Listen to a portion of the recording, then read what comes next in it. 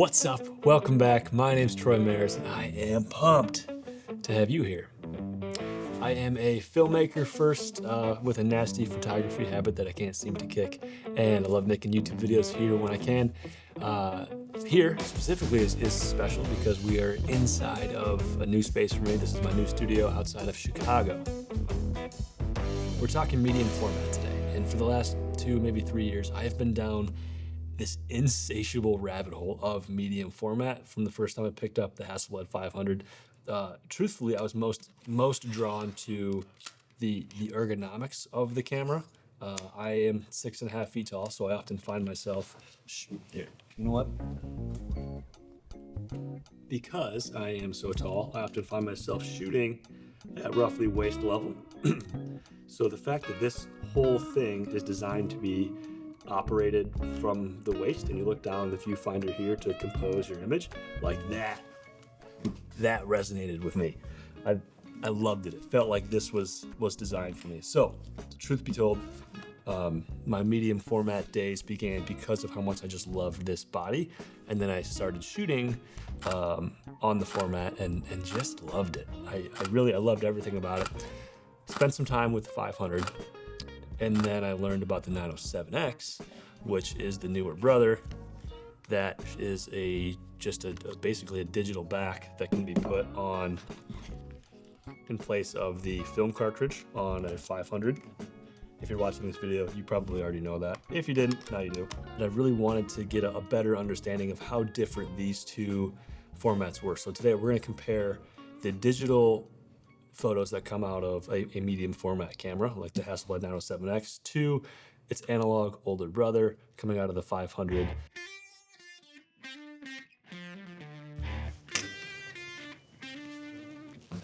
Here's what I'm thinking. First, we start with something of a scientific test where I shoot some color charts. I've got a 50% gray card as well as a color checker. I'm gonna set for my side-by-side test using the Hasselblad 907X, the digital medium format camera. I'm gonna set it at ISO 800 because I'm also gonna be shooting Kodak Porta 800 in the analog camera. That's also something else I've always been curious about, is how similar an ISO 800 film stock is to an ISO setting of 800 on a digital camera. So 2 birds, 1 stone here.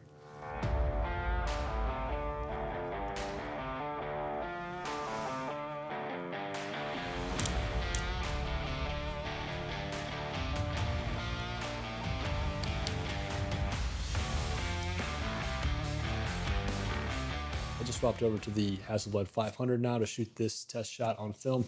I forgot to mention earlier the lenses that I'm using here. So I've got the Zeiss 80mm 2.8 on the Hasselblad, and I guess they're both the Hasselblad on the film camera.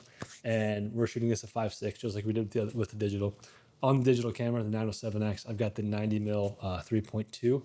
And the reason I thought of this is I'm looking at my viewfinder, and my framing, my composition, field of view is a little bit different between the two, but these are the most comparable lenses that I own. So that's what we're gonna rock with. Let's go ahead and get our shot.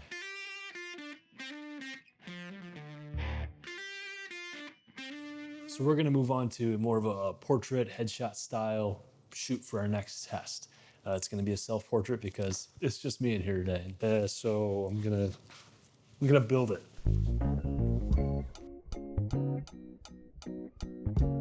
We've got a problem.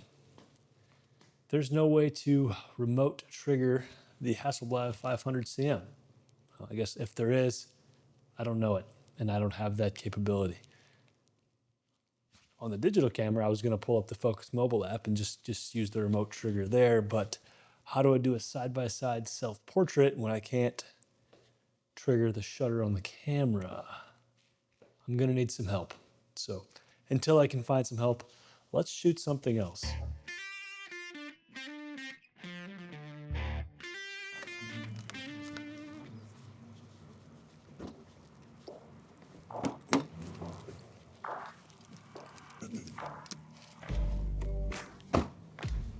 You know, I've always wanted to run this test, medium format versus digital format, which of course begs the question, why haven't I done it sooner? It takes so much stuff. be able to do this. I was hoping to have the sun a little bit lower in the sky to go out and shoot in the real world, but that doesn't seem to be happening. We're gonna roll with it. I know it's sinful to shoot at this time of day, but. Well, here's the other part about my situation. I live outside of Chicago in like the flattest part of the world, so it's not exactly a haven for landscape photography. I'm also not a landscape photographer, but we're gonna do our best. I'll just give you some B-roll here. We've got a bridge, which I think is gonna give us a nice subject matter to create a pleasing composition for this aspect of our test. Let's go ahead and take that photo. And we'll switch over to the 500. That's gonna be our shot. Oh, we got a boat coming through. Oh no!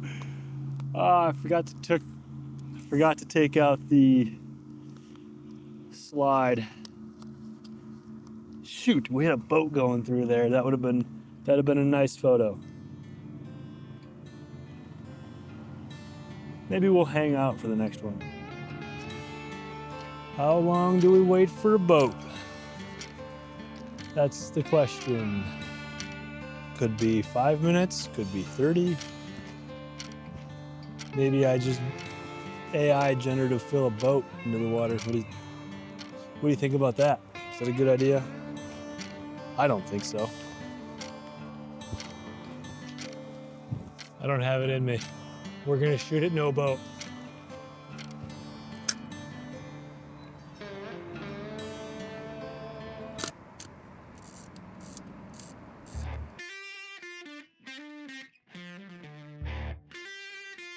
All right, this shot's gonna be a little bit different.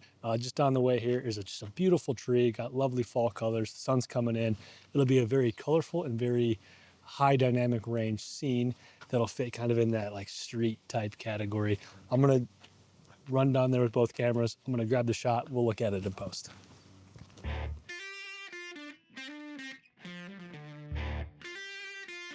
Okay, friends, let's get back to our portrait session of the day. Liz is on her way to give us a hand.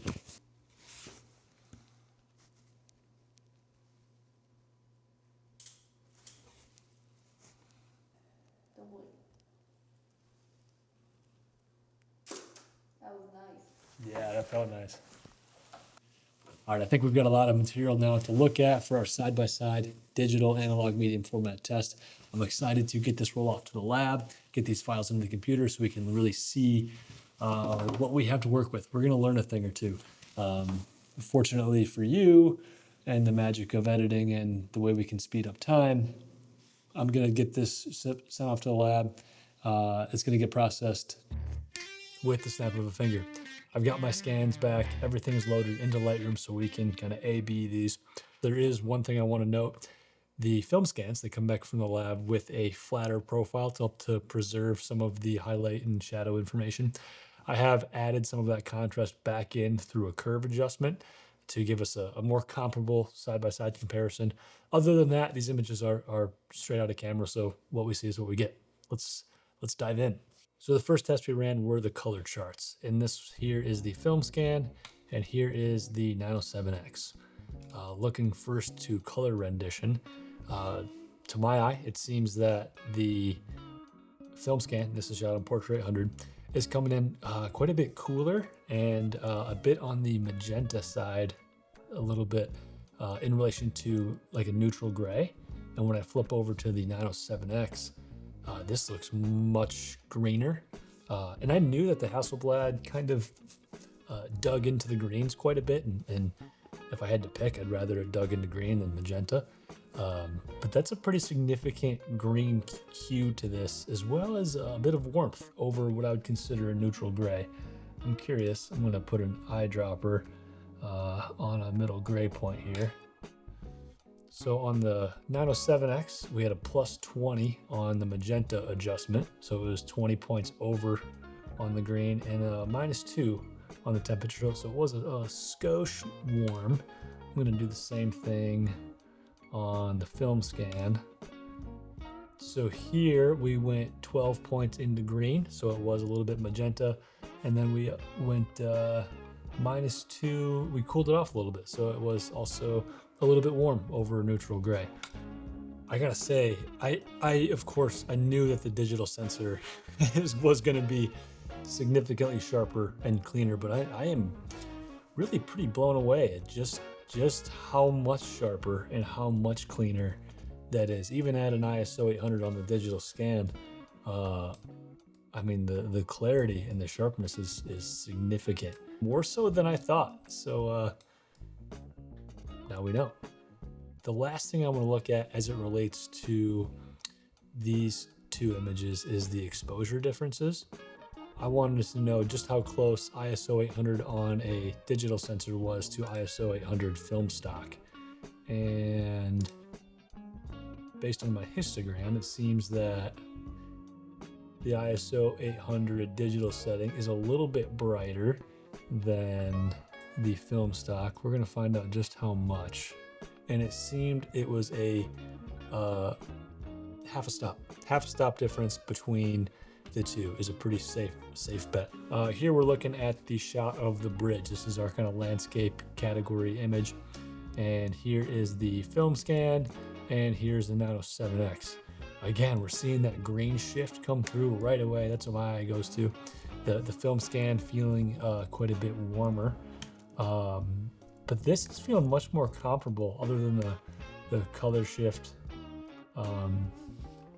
to each other. I'm gonna punch in a bit here. Sharpness is great. I know I shot this at like f16, so that also probably helped the film camera from a sharpness perspective. We do see a bit more of the grain coming through, of course, on the film scan.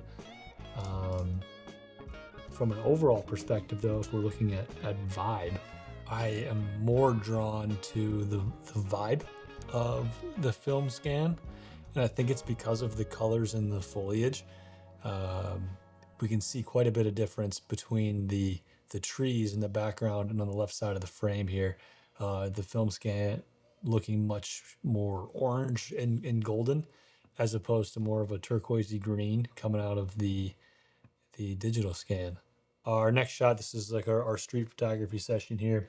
Loved the way the light was hitting this house, paired with that obviously very vibrant colored tree. So here's the 500. Here is the 907X.